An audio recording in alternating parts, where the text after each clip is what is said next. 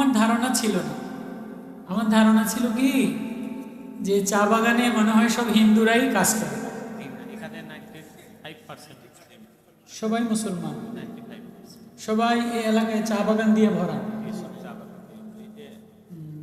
এর চা বাগানের মালিক কারা? ইংল্যান্ডের মালিক। বেতন ওনারা দেয় সপ্তাহে না মাসে? সাপ্তাহিক। একজন শ্রমিক কত বেতন পান? 188। দিনে 188। তাই সপ্তাহ গেলে দিয়ে দেয়।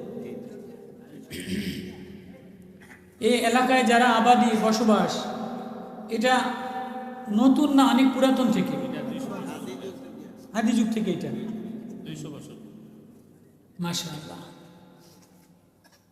আল্লাহ আপনাদের হায়াতে বরকত দান করুন।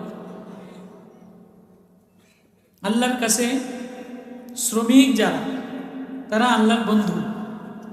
শ্রমিকরা আল্লাহর কি বন্ধু? আল কাসিম হাবিবুল্লাহ। নবীজি বলেন যারা শ্রম দিয়ে খায় তারা আল্লাহর বন্ধু, আল্লাহর হাবিব। নবীজি শ্রম দিতেন, সাহাবায়ে কেরাম শ্রম দিতেন। শ্রম দেওয়া, শ্রমিক হওয়া, এটা দুনিয়াতে কোনো অপমান, ছোট জিনিস না। শ্রমিক নিজেরে বড় মনে করা, নিজেরে ভালো মনে করা, যে আমি শ্রম দেই, হালাল ইনকাম করি। কাজের ফাঁকে চা বাগানের চারদিকে তাকাইলে না আল্লাহ দেখা যায়। হ্যাঁ, চা বাগানের চারদিকে তাকাইলে আল্লাহ দেখা যায়। এই সবুজ পাতার মধ্যে কি লাল কালার দেনে বলা, কি সবুজ পাতার মধ্যে नशाद देने वाला, आनंद देने वाला, খাবার মজা देने वाला, আল্লাহ देने वाला। যারা দূরে দূরে আসে, এই যে এই পিছনে যে ভাইরা, আমার কাছে অন্ধকার লাগে, তোমাদের কাছে অনুরোধ করব, তোমরা আমার সামনে এই মজলিসের সাথে আলাদা না, মিশে বসো।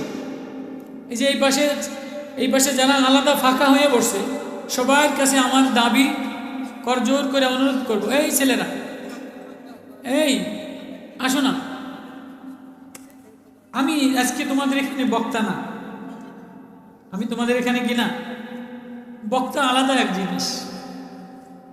ওই যে রেজওয়ান রফি আরো অনেক বক্তা, অনেক ওয়াজ করবে। আমি না, আজকে চা বাগানে আমি ওয়াজের জন্য আসি নাই, বক্তা হিসেবে আসি নাই। আমি তোমাদের একজন গার্জিয়ান, ভাই হিসেবে, বাবা হিসেবে, দরদি মালিক হিসাবে আমি রাস্তা ভুলে, এই যে ইটা চা বাগান, ওই যে ভাঙ্গা রাস্তা, ওই যে ওইখান দিয়ে আসছে। ওইখানে বৌদ্ধদের একটা মেলা হইতেছে, হ্যাঁ, বট গাছের ওইখানে।